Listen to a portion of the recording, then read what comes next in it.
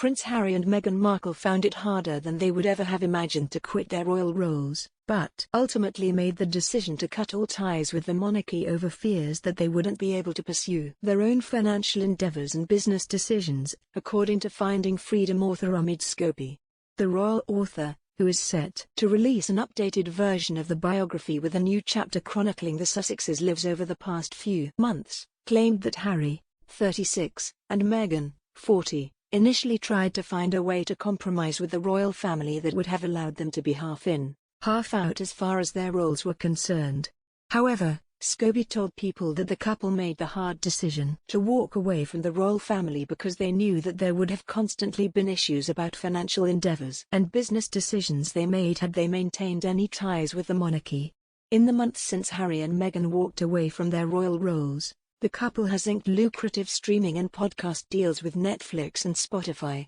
which are estimated to be worth more than $100 million. The Duke has also secured a job as Chief Impact Officer at a $1.73 billion San Francisco-based mental health coaching start-up, a role that will see him weighing in on product strategy and the company's charitable contributions. Had they remained in their royal roles, the couple, who now live in a $14 million mansion in Montecito with their son Archie and daughter Lilibet, would not have been allowed to pursue any commercial money-making endeavors. Senior members of the monarchy are paid for their official royal work through a taxpayer-funded grant and are therefore banned from earning any additional income through other jobs. According to Scobie, this was the main reason behind Harry and Meghan's decision to quit the royal family, rather than attempting to come to a compromise that might have seen them balancing their official duties with more commercial opportunities. However, despite the financial motivations behind their decision, Scobie, who is known to have a close relationship with the Sussexes and is among a small handful of media with whom they actively communicate, said that cutting ties with the monarchy was harder than Harry and Meghan would ever have imagined. Speaking to People magazine ahead of the release of Finding Freedom's new chapter, which is due to be published on August 31, the anniversary of Princess Diana's death, he said, the hardest part for them was taking those initial steps away from their royal roles. He added that the couple tried to find a way to compromise and find the half-in, half-out way, but felt that those ties to the institution would have still been strong, and there would have constantly been issues about financial endeavors and the business decisions they made. Scobie further claimed that this potential scrutiny of their business deals would likely have pushed Harry and Meghan to quit the royal family once and for all in the long term, stating that delaying the decision may have prevented them from achieving the level of happiness and security that they have today. His latest quotes about Harry and Meghan come as the couple hit back at claims they have reignited their rift with the Queen through claims made in the updated version of Finding Freedom, which states that they believe she failed to act on their accusations of racism. The new edition of the book suggests the Duke and Duchess of Sussex were not surprised at a perceived lack of action over their claim that a senior royal expressed concern about their unborn son's skin color.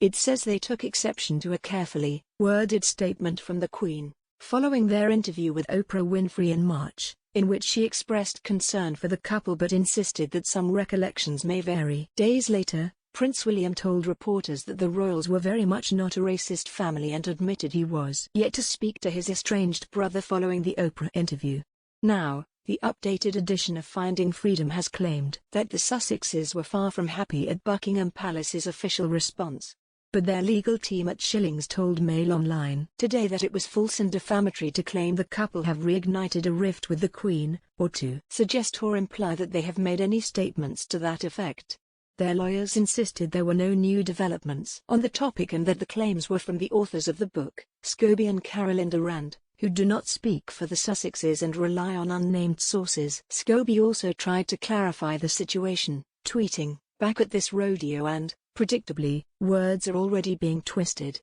The comments made by a source, a detail some outlets have purposefully ignored, was about a lack of ownership from the royal institution as a whole. There's no attack against the Queen anywhere in the book. An excerpt from the new version of Finding Freedom, which is published in the new issue of People, states that the couple believes senior royals have not taken accountability, preventing a major thaw in the rift between the Sussexes and the rest of the monarchy. Those three words, recollections may vary, did not go unnoticed by the couple, who a close source said were not surprised that full ownership was not taken. The extract reads. It then quotes a pal of Meghan's as saying, "Months later and little accountability has been taken. How can you move forward without that?" The new chapter of the book also documents Harry's return to the UK in April, when he travelled back to his home country to attend his grandfather Prince Philip's funeral, with Finding Freedom claiming that the Duke bought a one-way ticket because he didn't know how the trip would pan out. It adds that Harry spoke to his brother Prince William 3 times in all during the visit, as well as briefly chatting to his father, Prince Charles, after the service, a conversation that helped them to take steps forward in a necessary healing process, the book claims. The biography, which was a glowing portrait of the Sussexes by Scobie and his co-author Carolyn Durand, first published in August 2020, concludes that the trip broke the ice and that the door to a rapprochement is now slightly ajar, stating that Harry and Meghan have no regrets about their actions, despite the toll on their family. The book says, what started as a fairy tale romance became a story that reinvented the genre, a self-made, independent woman playing an equal role alongside her knight.